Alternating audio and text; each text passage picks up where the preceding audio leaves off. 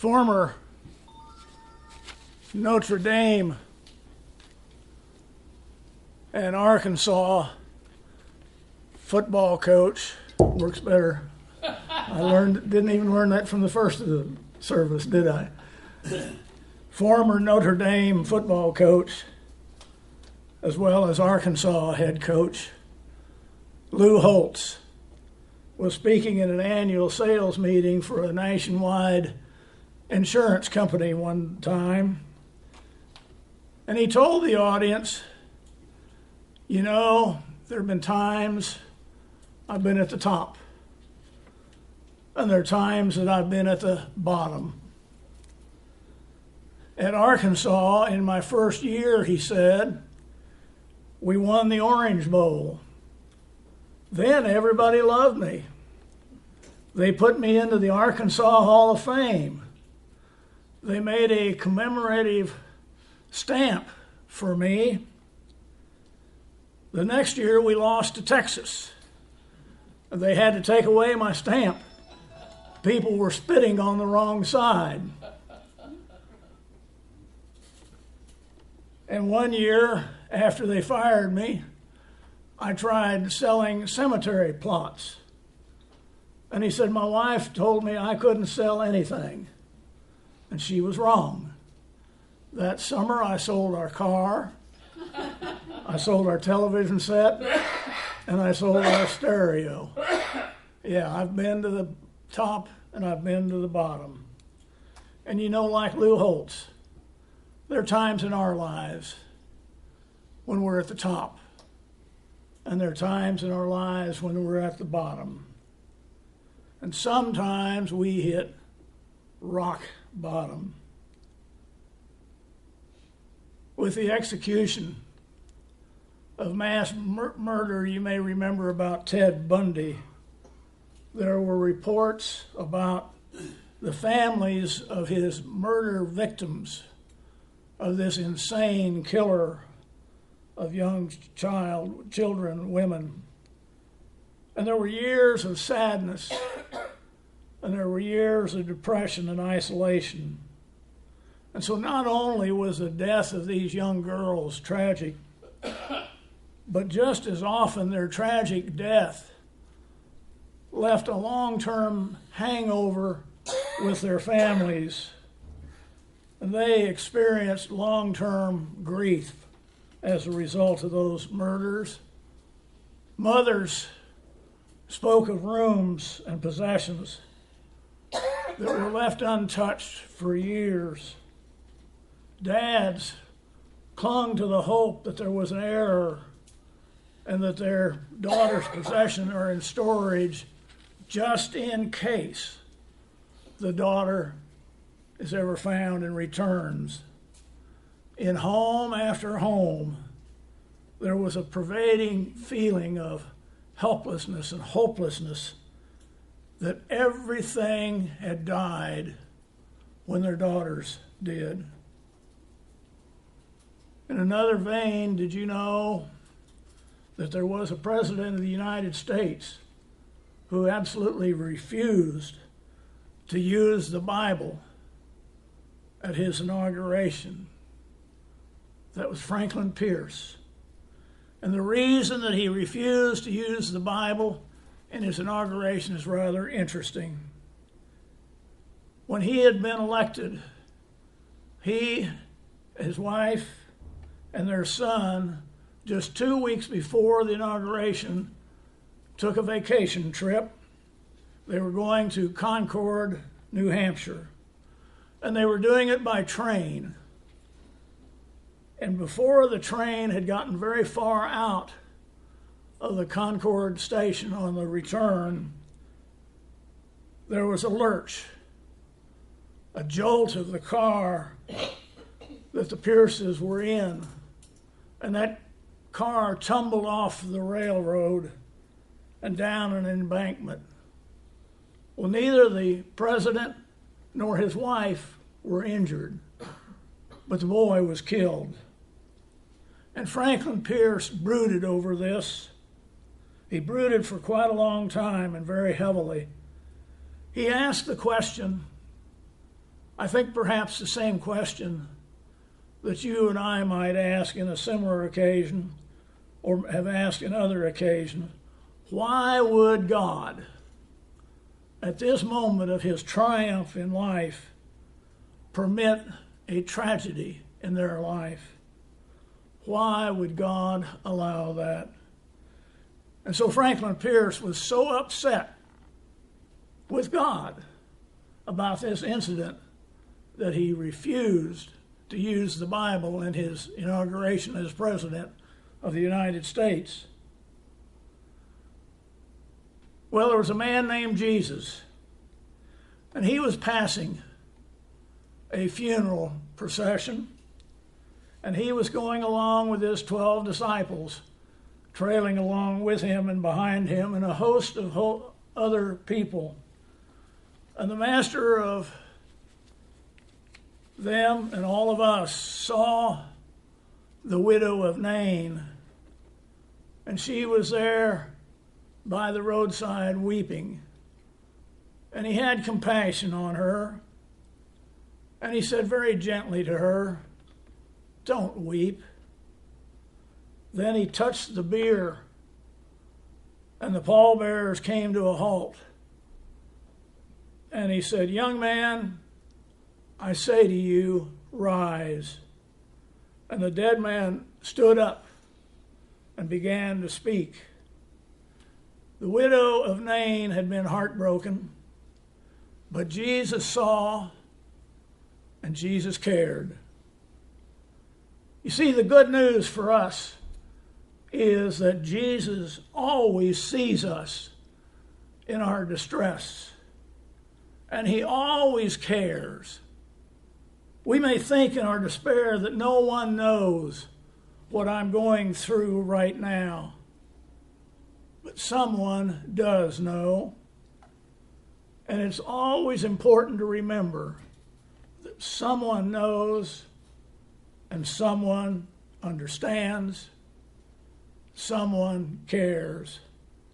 You see, that sometimes that's all we need to know in order to get through a time of crisis.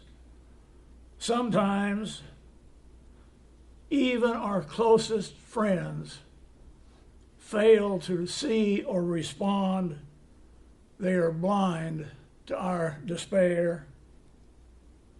And you know, we read about tragedies in the newspaper, or we hear about them on the radio, or see them on television, where there's a public incident, maybe on a sidewalk, where somebody has been attacked by a mugger, and they're laying there injured by themselves, and no one stops to pay any attention.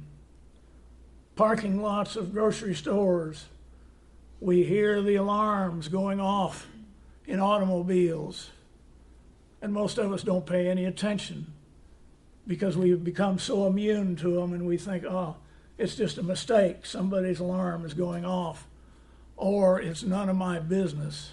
We let that go. And sometimes there are people who are in terrible distress, and we ignore it. We don't pick up on it sometimes. It's almost as if we are blind to the distress in other people.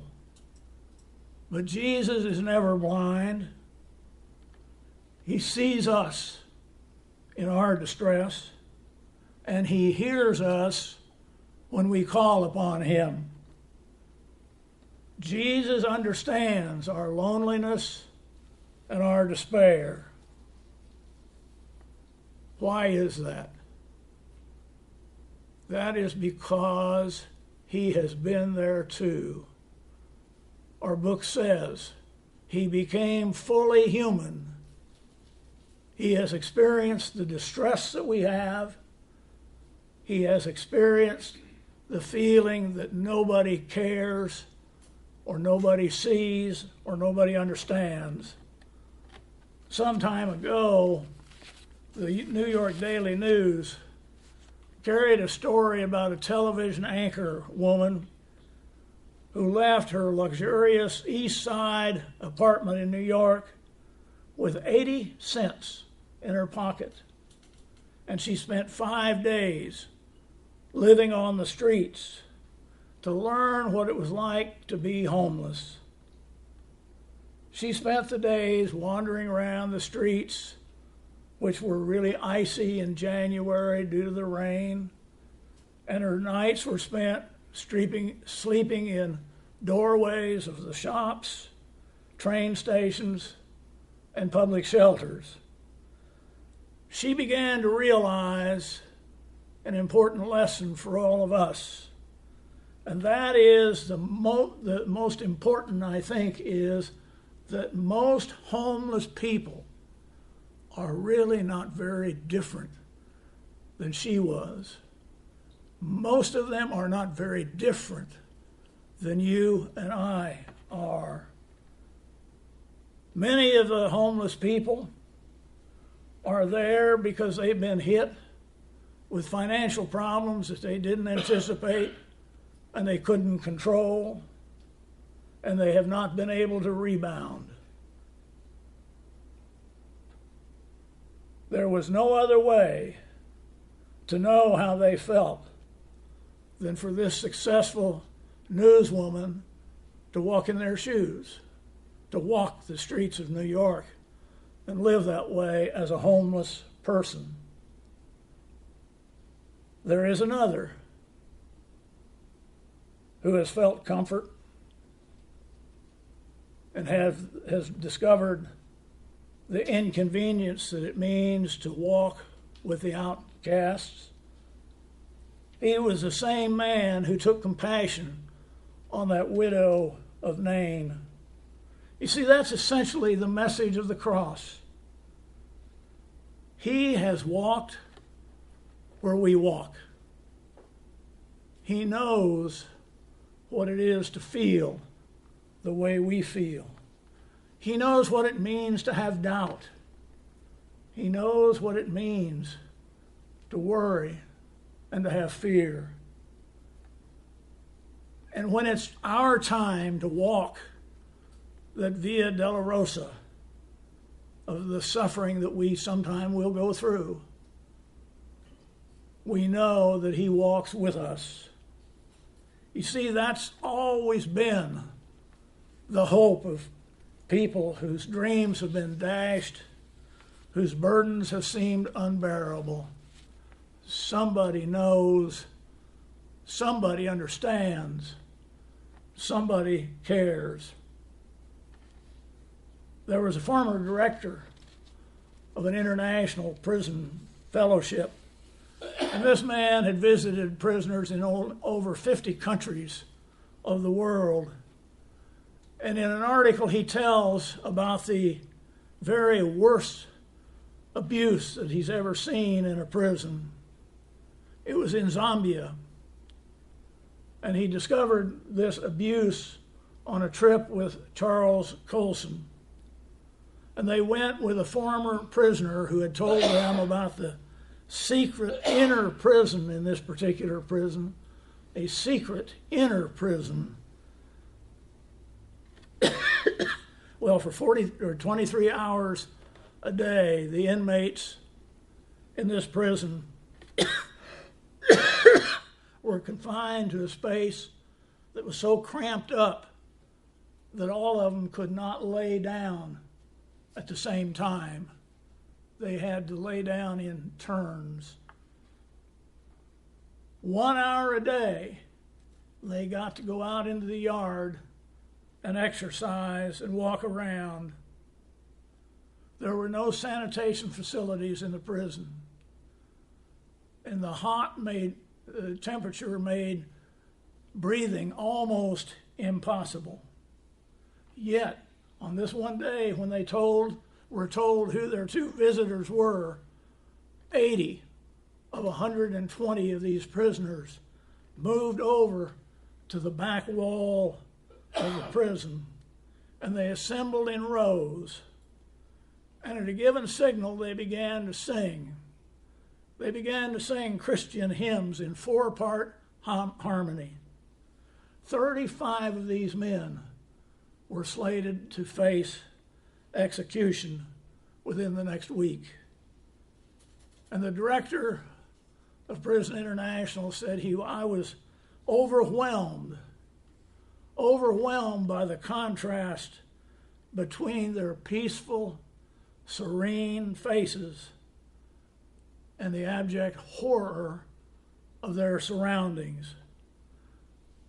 Just behind them, in the darkness, I could make out an elaborate charcoal sketch on the wall. The sketch showed Jesus stretched out on a cross. The prisoners must have spent hours working on that sketch. And it struck me with great force, he says, that Christ was there with them. He was sharing their suffering and giving them joy enough to sing in such a place. And the director says, I was supposed to speak to them, to offer some words of faith and inspiration, but I could only mumble a few words of greeting. They were the teachers, not me. There is one who sees our distress and understands. And because Jesus sees and understands, he can give us the strength to carry on. Even if he had not raised that widow's son from the dead, meeting him would still have been enough for her comfort. You see, it has for many others.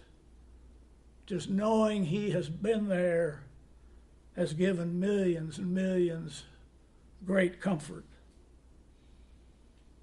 There is something about the Master's love and his compassion that helps us all.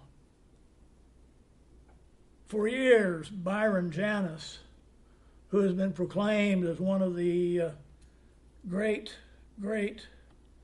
pianists of all times, has been fighting the effects of crippling arthritis. And it's through its struggle, he has found no easy answers. And his struggle, I think, is truly inspiring when you hear about it. He cannot even make a fist. His hands are so damaged by arthritis. The right fist motion is limited to 40%. The little finger on his left hand is numb, and is partially paralyzed and scarred from a childhood accident. The joints of all the other 9 fingers are fused. There is only movement in one finger distal joint, and that's the middle finger on the left hand. Learning to live with pain, he says, or live with a limitation, can give an intensity to life. I thought I had nothing. Now I have everything.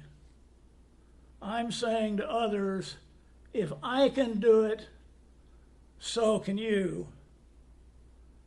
Janis lists the various means he sought to help him in order to continue to play the piano, ranging from medical doctors to acupuncturists, but he adds, what helped me most, I can't explain. I developed a very personal relationship with God. I think prayer is important. I think that belief in God is healing. No one knows what it's like for other people, but I know that unless I found a belief in God, I would never have been able to say what it is that I have to say.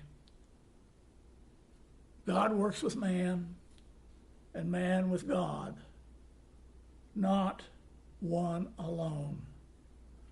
I still have arthritis, he says, but, this is important, but arthritis does not have me. Why?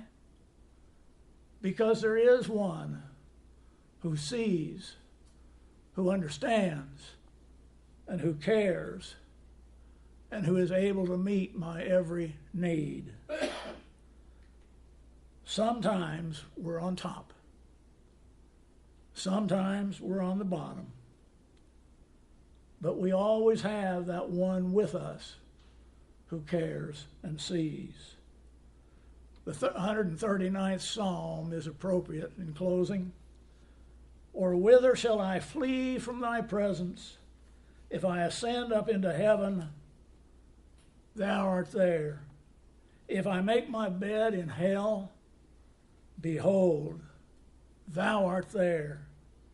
If I take the wings of the morning and dwell in the utmost part of the sea, even there shall thy hand lead me, and thy right hand shall hold me.